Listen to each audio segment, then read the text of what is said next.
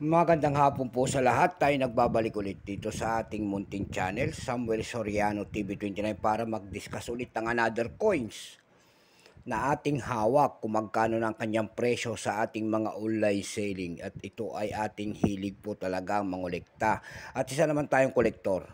Magandang hapon po sa lahat ng ating mga subscriber dyan. Ayan, 1K subscriber na po tayo, kaya maraming salamat po sa lahat ng sumusuporta dito sa aking munting channel.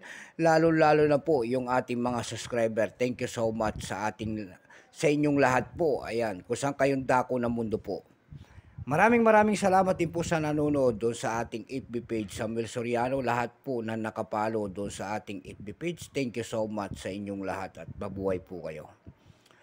Meron na naman tayong pag-uusapan. Yun naman po hindi pa po nakapag-subscribe dito sa aking YouTube channel. Anyayahan ko lang sana kayo at malaking tulong na po ubagay ang inyong magagawa. Tulad ng pagpindot ng ating subscribe button, like and share para ma-update ko kayo sa mga latest ko pang gagawin mga video po. Ayan, meron naman tayong pag-uusapang barya guys, at ito po ay barya po ng Pilipinas. Ayan.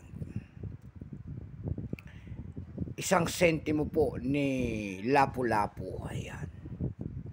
Kapano po ito sa bagong lipunan series year 1982.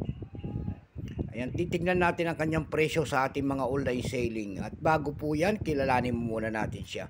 Issue po nito ay Philippines po, Period Republic, 1946 up to date po. Type nito Standard Circulation Coins years, 1979 hanggang 1982. Value nito 1 centimo. Ayan, Lapu-Lapu. Ang bagong nakapalog po sa ang bagong lipunan series. Currency piso 1967 up to date po. Composition yan ay aluminum. May bigat lamang itong 1.22 grams. May habang 19 mm. May kapal po naman itong 1.9 mm. Hugis po niyan ay square with round. Ayan, corners. Ayan po. Orientation nito ay middle alignment. Itinigil naman ang paggamit sa barya na to ng Pilipinas noong January 2, 1998. Number N-7833. Reference number KM-224. Ayan. Central Bank logo within circle ang kanyang nasa likod. Ito pong year 1982 BSP. Ayan. 42%. Kung ilang piraso naman ang ginawa rito sa barya ng Pilipinas sa hawak natin, ito po ay 51,730,000 piraso po. May price na po yan doon sa ating numista.com kung tawagin ng ating mga kolektor. Ayan po. Yung kanyang verify na ay 23 pesos. Extra fine po ay 23 pesos. Almost sa circulated 23. Ang circulated po nito ay nagkakahalaga po ng 32 pesos. Itong atin siguro pasok po ito sa uncirculated.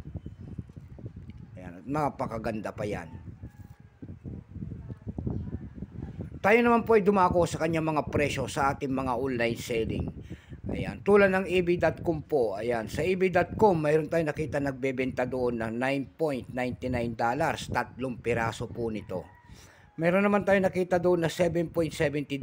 Yung pinakamalit po ay $5. Tayo naman po ay dumako sa Carousel PH kung tawagin. Sa Carousel PH naman po, mayroon tayong nakita nagbebenta doon na 97 pesos. Meron na rin tayong nakita nagbebenta doon na 60 pesos. Yung pinakamababa po ay 50 pesos na. Ayan lamang po ang ating may babahaging kanyang presyo. Keep safe po sa lahat, in God bless.